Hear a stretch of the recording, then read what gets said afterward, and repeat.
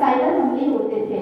Cyber सुरक्षा विक्रेताओं द्वारा ऐसी रिपोर्ट के निष्कर्ष आमतौर पर इनमें उत्पादों द्वारा उत्पन्न डेटा पर आधारित होते हैं और ऐसे डेटा का विवरण उपलब्ध नहीं होता है और इसलिए सत्यापित नहीं किया जा सकता है।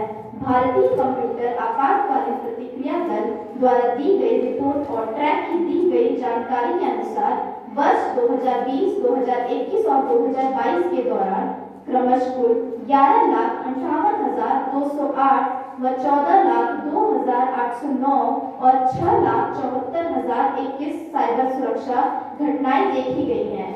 भारतीय कंप्यूटर आपातकालीन प्रतिक्रिया दल को उपलब्ध कराए गए लॉग के अनुसार जिन कंप्यूटरों से हमले होते हैं उनके इंटरनेट प्रोटोकॉल पते चीन सहित विभिन्न देशों के हैं।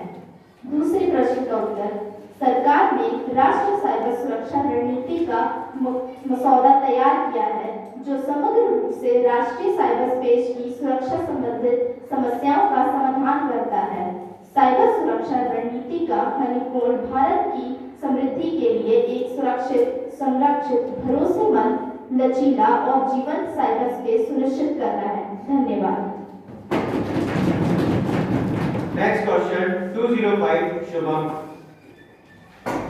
Honorable Speaker Sir, my questions for the Education Minister are: question, whether any step has been taken or proposed to be taken by the government to include the Srimad Bhagavad Gita in the curriculum of all the schools, colleges and technological medical institutes in the country. If so, the details thereof, whether the government has received any requests from the public representatives in this regard during August 2020. If so, the details thereof, and the actions taken or being taken thereon by the government. Thank you. Education Minister. Honorable Speaker Sir, I would like to give a combined answer to all your queries from A to E.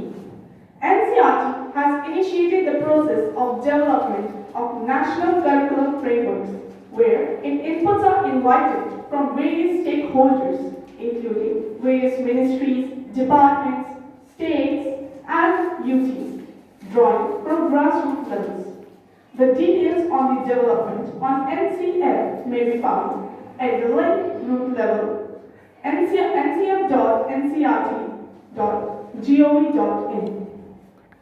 Para 4.27 of National Education Policy NEP 2022 refers to traditional knowledge of India that is both sustainable and strives for the welfare of all. In order to become the knowledge power in this century, it is imperative that we understand our heritage and teach the world the Indian way of doing things. Ministry of Education has established Indian Knowledge System IKS division in AICTE in 2020 with a vision to promote interdisciplinary and transdisciplinary research on all aspects of Indian Knowledge System IKS. Preserve and disseminate IKS knowledge for further research and societal applications. The present textbook of NCERT includes reference to Srimad Bhagavad Gita in class 6 and 7 textbooks and its shlokas in Sanskrit textbooks of 11 and 12. Thank you. Now question hour ends and the paper will be laid down. The next item in the list of business is a message from Upper Chamber. Secretary General to report message from Upper Chamber to Youth Parliament. Sir, I have to report the following messages received from the Secretary of Upper Chamber of Youth Parliament. In accordance with the provisions of the rules and of procedure and conduct of business in Upper House of Youth Parliament, I am directed to enclose a copy of the Payment Gratuity Amendment Bill 2020, in which has been passed by the Upper Chamber at its sitting held on 22nd March 2020. Secretary to lay on the table a copy of the bill as passed by the Upper Chamber.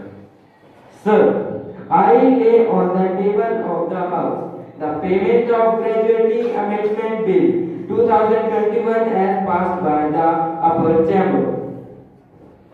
Now, the House will take up the next item in the list of business, calling attention motion, Sushri Presham. माननीय अध्यक्ष महोदय, आज हमारे देश में राष्ट्रवाद के मुद्दे को, देशभक्ति के मुद्दे को राजनीतिक रंग दिया जा रहा है। आज हमारे भारतवर्ष में अल्पसंख्यक वर्ग, पिछड़े वर्ग असुरक्षित महसूस कर रहे हैं। देश भर में असहिष्णुता बढ़ती जा रही है। इन मुद्दों पर सत्तापक्ष के मित्रों के क्या विचार हैं? सरकार अपना रुख स्पष्ट करे। Minister of Minority Affairs. माननीय अध्यक्ष महोदय, हमारा देश भारत है, नदी गोदावरी गंगा। हमारा देश भारत है, नदी गोदावरी गंगा। लिखा भूगोल पर हमने हमारा चित्र बहुरंगा, हमारा चित्र बहुरंगा। माननीय अध्यक्ष महोदय, हमारे देश में 1600 बोलियां बोलने वाले लोग, 12 धर्मों के अनुयायी और विभिन्न संप्रदायों को मानने वाले लोग निवास करते हैं। कुछ लोग ईश्वर के साकार रूप की पूजा करते हैं, तो कुछ निराकार रूप की उपासना करते हैं। कुछ समुदाय बौद्धों में परमात्मा को मानते हैं, तो कुछ लोग परमात्मा के अस्तित्व में ही विश्वास नहीं करते। ऐसी विविधताओं से भरा हुआ एक देश है हमारा भारत।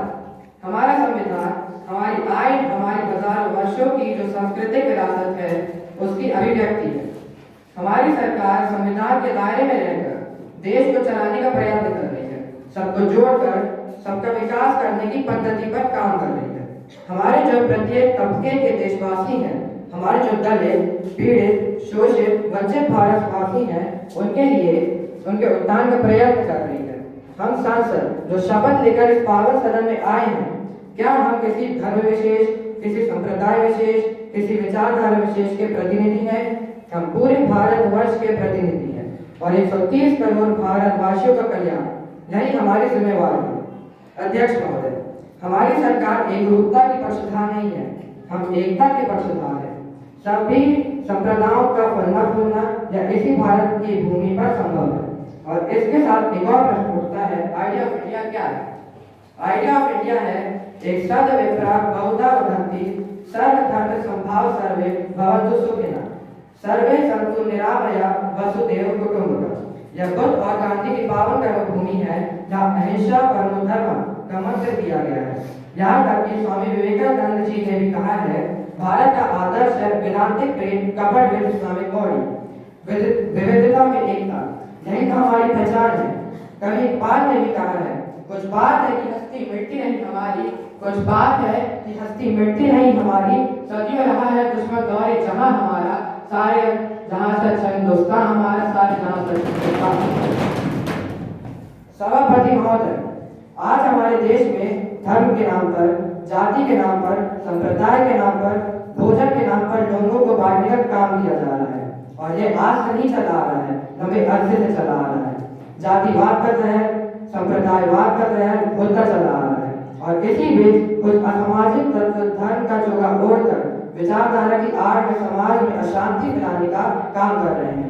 यह जो ध्रुवीकरण की राजनीति की जा रही है, जो लोग अपनी राजनीतिक रोटियां सेकते हैं, यह शर्मनाक है, भर्त्सनीय है। देश को संविधान के दायरे में रह करके चलना होगा। किसी को भी कानून हाथ में लेने का अधिकार नहीं है। किसी के साथ भेदभाव करने का कोई अधिकार नहीं है। कानून कठोरता से काम करता है और इस तरह की घटनाओं में अधिक शक्ति बढ़तेगा। हमने विभिन्न राज्य सरकारों को ऐसी अवांछनीय घटनाओं के उन्मूलन के लिए योजना तैयार करने का निर्देश दिया है। पिछले कुछ दिनों से इन मुद्दों को एक विशेष रंग दिया जा रहा है, एक विशेष कम्युनिटी को टारगेट किया जा रहा है। यह जो रंगीकरण है, यह जो सिलेक्टिव टारगेटिज्म सरासर गलत है। देश की एकता, अखंडता और अक्षुण्णता से कोई समझौता नहीं किया जा सकता। यह देश आतंकवाद के मुद्दे पर, अलगाववाद के मुद्दे पर, नक्सलवाद के मुद्दे पर संगठित है और होना चाहिए। मैं यह कहना चाहता हूँ, पूछना चाहता हूँ, क्या हमारी आर्मी का वो जवान जो कड़ाके की ठंड में, भीषण गर्मी में दिन रात देश की रक्षा में खड़ा है, जो मन समर्पित, तन समर्पित, देह का कण समर्पित चाहता हूँ, देश की धरती तुझे और कुछ भी दूं के विचार से ओतप्रोत है, वह क्या किसी धर्म के लिए खड़े हैं, किसी संप्रदाय के लिए खड़े हैं?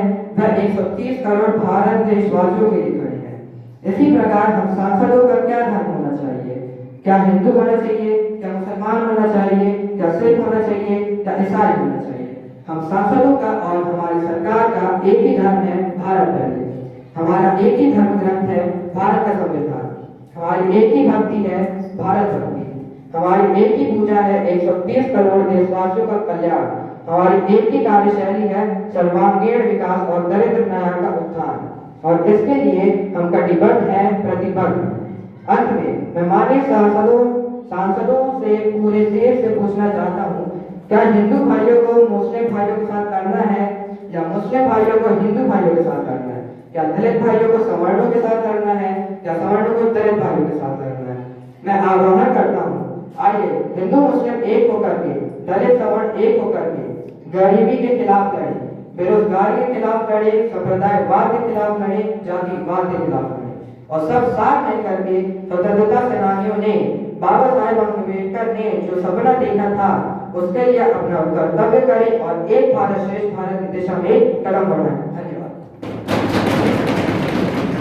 Now the House is adjourned to meet tomorrow at 11 a.m.